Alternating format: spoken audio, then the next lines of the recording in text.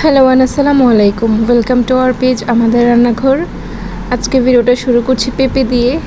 হ্যাঁ, ঠিকই শুনছেন, পেঁপে দিয়ে। আজকে পেঁপে দিয়ে করব পেঁপের দুইটা পদ, পেঁপে দিয়ে মাংস আর পেঁপে ভাজি। তো চলুন দেখি। এখানে পেঁপে মাংসর জন্য আমি পেঁপে আলু একসাথে কেটে নিয়েছি, আর পেঁপে ভাজার জন্য এখানে আমি পেঁপে আলু আর সাথে একটু গাজরও দিয়েছি, এটাও একসাথে কেটে নিয়েছি।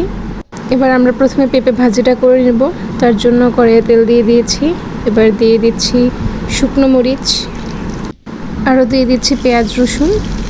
এবার পেঁয়াজ রসুনের ফোড়ন দিয়ে দিচ্ছি পেঁপে। পেঁয়াজ রসুনের সাথে কালো জিরা দিতে ভুলে গিয়েছিলাম, তাই এখন দিয়ে দিচ্ছি কালো জিরা। এবার দিয়ে দিচ্ছি লবণ, আরও দিচ্ছি হলুদ।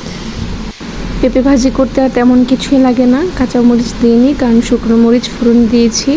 এবার আমরা সবগুলোকে একসাথে মিশিয়ে ভেজে নেব ঢাকনা দিয়ে ঢেকে। কিছুক্ষণ ভেজে নেওয়ার পরই এই যে আমাদের পেঁপে ভাজি করা ডান। এই যে আমাদের পেঁপে ভাজির ফাইনাল লুক। এবার আমরা করব পেঁপে মাংস। তো চলুন দেখি। পেঁপে দিয়ে মাংসর ঝোল করার জন্য আমরা এখানে মাংসটাকে ধুয়ে পরিষ্কার করে নিয়েছি, আর পেঁপে তো কেটে রেখেছিলাম। এবার এটাকে একটু ভাপিয়ে নেব। পানির মধ্যে আমি পেঁপেটা দিয়ে দিচ্ছি, তার সাথে দিয়ে দিচ্ছি একটু লবণ, দিচ্ছি সামান্য হলুদ। এবার ঢেকে পেঁপেটাকে ভাপিয়ে নেব। অন্য পাশে আমি মাংসটাকে ভেজে নেব। কড়াইয়ে তেল দিয়ে দিয়েছি, এবার মাংসটাকে ভেজে নিচ্ছি। মাংস ভাজা হতে হতে এদিকে আমাদের পেঁপেটা ভাপানোও শেষ হয়ে গিয়েছে, আর এ পাশে আমাদের মুরগিটাও ভাজা হয়ে গিয়েছে। এবার আমরা রান্না করে নেব। রান্নার জন্য প্রথমে দিয়ে দিচ্ছি তেজপাতা। এখানে আমি আস্ত মশলা ইউজ করিনি কারণ আমি ওটা বেটিয়ে দিব।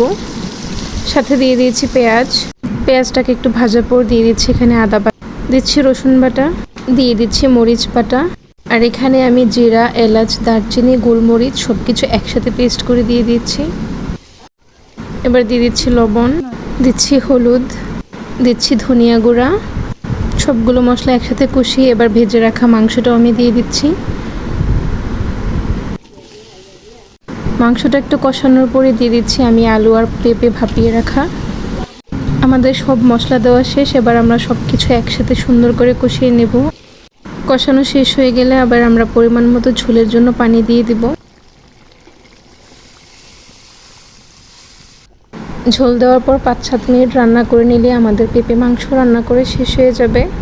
রান্না তো শেষ। এবার আমরা প্লেটিং করে নিয়েছি পেঁপে মাংস, আর সাথে ছিল ডাটা সর্ষের রেসিপিটা আমি নেক্সট ভিডিওতে আপলোড করতেছি। আজকের ভিডিওটা এই পর্যন্তই। সবাই ভালো থাকবেন। আসসালামু আলাইকুম।